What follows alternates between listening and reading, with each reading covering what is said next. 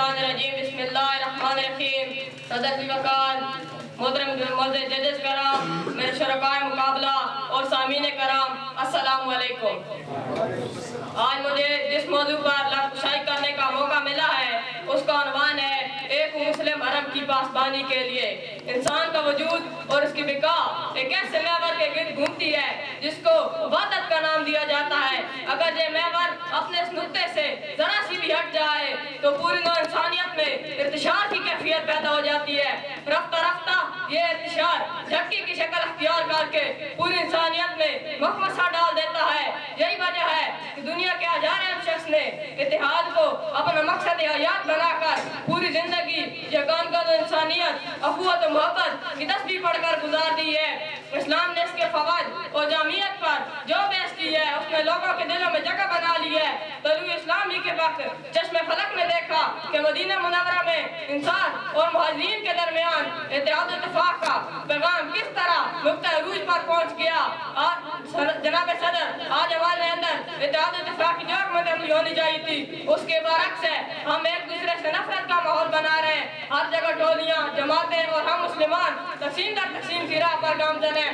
اسلام کی جامعیت اور اہمیت کو ہر شخص محسوس کر سکتا ہے، لیکن اس کی خوبیاں بیان کرنے کے لیے بڑے بڑے سیمینار تیار کیے جاتے ہیں۔ دشمنان قوم اس پر مقالات لکھتے اور پڑھتے ہیں، مگر شریعت محمدی صلی اللہ علیہ وآلہ وسلم سے ہمارے میں کوتاہی برتتے ہیں۔ آج اسلام کے تابناک ماضی سے سبق لینے کی ضرورت ہے کہ اسلام کے پاس وہ کون سا اتحاد کا نسخہ کیمیات تھا جس نے مدینہ منورہ میں آباد اوس و خزرج کی دو قبیلوں کی پشت پشت چلی آ رہی دشمنی کو ختم کر دیا۔ افسوس ہے کہ آج ہم مسلمان اپنے مسلمان ہونے کا گوشہ و تنہائی، خلوتوں، جلوتوں، محفلوں اور بزم کی تقریبات میں یہ کہہ نہیں سکتے کہ ہم مسلمان ہیں، ہمارا ابا و اجداد مسلمان ہے، ہمارا پورا خاندان مسلمان ہے۔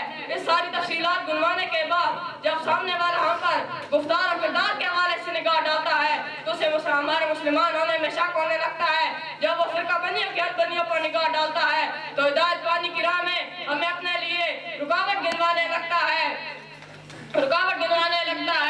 اور عملی طور پر قول و فعل میں فرق پاتا ہے۔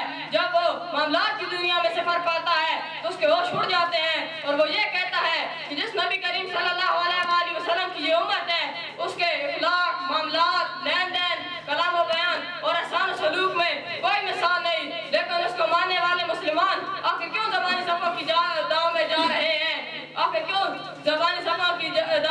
ہیں؟ آج اسلام کو جس قدر اتحاد کی ضرورت ہے شاید وہ کسی دور میں رہی ہو۔ ان تمام مسائل نے گھر گھر لے کر انتشار و افتراق کا ماحول پیدا کرنا، امت مسلمان کی صفوں میں پھوٹ ڈالنا اور یاد چاہتی یہی تھے کہ ہمارے اندر یہ اتحاد ٹوٹے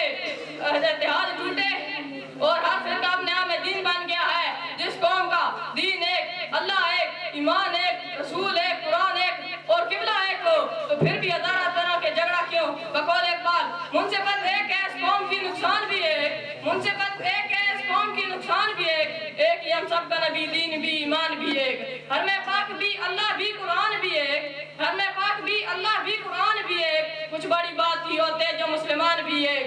فرقہ بندی ہے کہیں اور کہیں ذاتے ہیں، فرقہ بندی ہے کہیں اور کہیں ذاتے ہیں، کیا زمانے میں بنے کی یہی باتیں ہیں؟ آخر اللہ ان پر اپنی رحمتیں کیسے نازل فرمائے اور مسلمانوں کو مصیبت میں کیوں نہ ڈالے؟ آج جو حالات دنیا میں مسلمانوں کے ہیں وہ ان کی اپنی غلطیوں اور نادانیوں کا نتیجہ ہے۔